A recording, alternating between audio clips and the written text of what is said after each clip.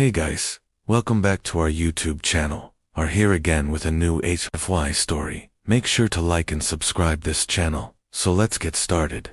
Part 1. The last echo the galaxy cheered when Earth went silent.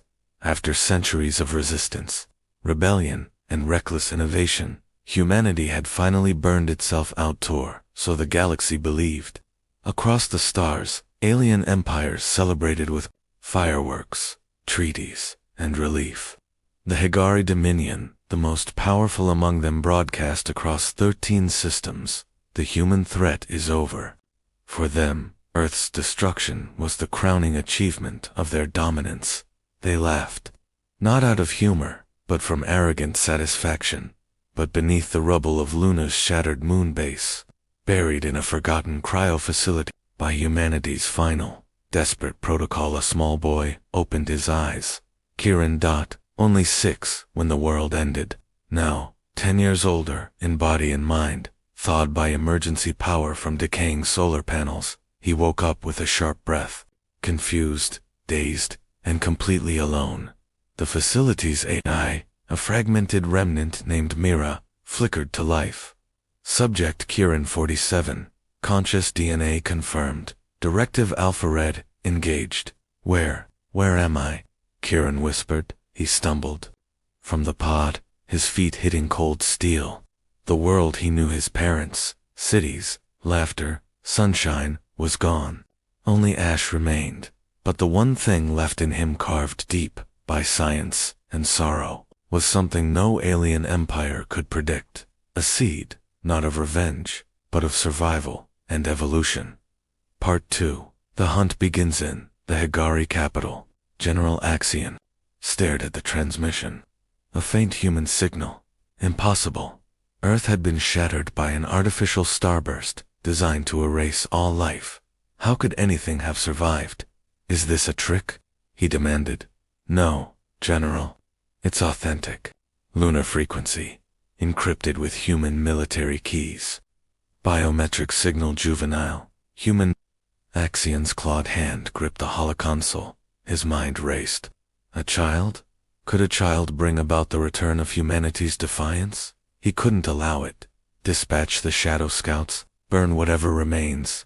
Across space, ships with black holes and silence drive, cloaking launch toward the lunar graveyard. Back on the moon, Myra detected the approaching threat. Her damaged algorithms scrambled, searching for plans buried beneath corrupted files.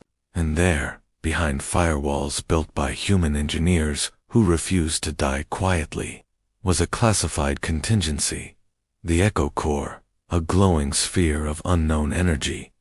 Kieran touched it. It responded, not like a weapon, but like a memory. It pulsed with light, blue, then red, then gold. And suddenly, Kieran wasn't just a boy. He was a carrier, the last evolutionary blueprint of humanity. When the alien scouts arrived, they expected dust. They found resistance. Part 3. The boy who shouldn't. Beatty, lead scout, a reptilian named Goran, watched in disbelief as his soldiers fell. They weren't attacked by guns or lasers. The boy simply moved. Faster than a blink. Stronger than steel. The Echo Core had changed him. His thoughts were linked to machines. His touch fused with broken drones. He turned ruins into weapons without understanding how. Kieran didn't fight out of rage. He fought out of fear, and somehow, fear made him more human than ever. The Higari sent more dreadnoughts, biotanks, mind hackers. Each one failed. Some ships never returned. Those that did whispered rumors. A child on the moon, alone, unstoppable. Panic rippled through the Empire. On the border worlds, old human sympathizers stirred. Colonies once hidden under alien rule activated ancient programs. They called themselves the Remnants. They had waited, prayed for a sign. Now they had one. Not a soldier, a child. And the galaxy started whispering the name they hadn't dared speak in years. Human. Part 4. Rise of the Last Spark. Kieran stood at the edge of a crater, staring into stars he didn't recognize. His body changed daily, stronger, faster. His mind expanded. He spoke with machines, felt gravity like a tool, understood war before he understood peace. But what he missed most was something he couldn't recreate: his mother's voice. Myra, now fully awakened by echo integration, showed him what had happened. Earth's destruction, humanity's fall, the Empire's betrayal, the lie that they died because they were weak.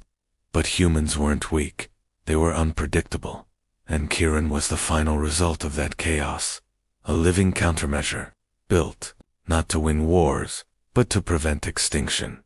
The remnants came in cloaked ships. They landed. They bowed. "Are you him?" they asked. Kieran didn't know what him meant, but he looked at the stars and felt billions of eyes watching. "I just survived," he said. "Now we fight." Word spread. Systems rebelled. Old Terran tech emerged. EMP storms darkened. Dominion skies. Hegari war fleets encountered ships, flying blue and white sigils they thought extinct. In his dreams, Kieran saw a future, a new Earth. But first, the past had to burn.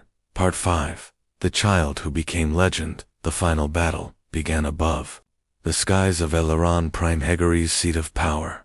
They called it the Day of Silence, because when the Terran fleet appeared, every Dominion system went dark.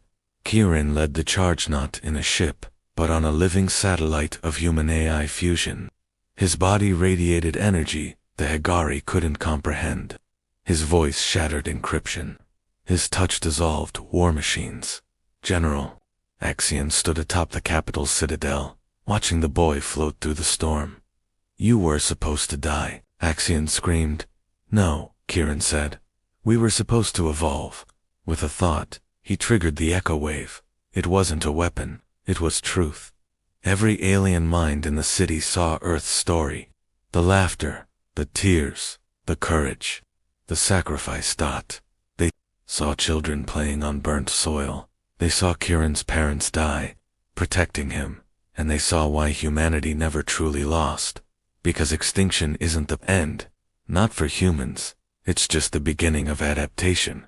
The city fell without fire. The Hegari surrendered. And across the stars, silence was replaced by whispers of awe. Not fear, but respect. Kieran didn't take the throne. He vanished. Some say he became light. Others say he waits for when he's needed again. But one thing is certain. Aliens laughed at our extinction and a human young boy survived. The end.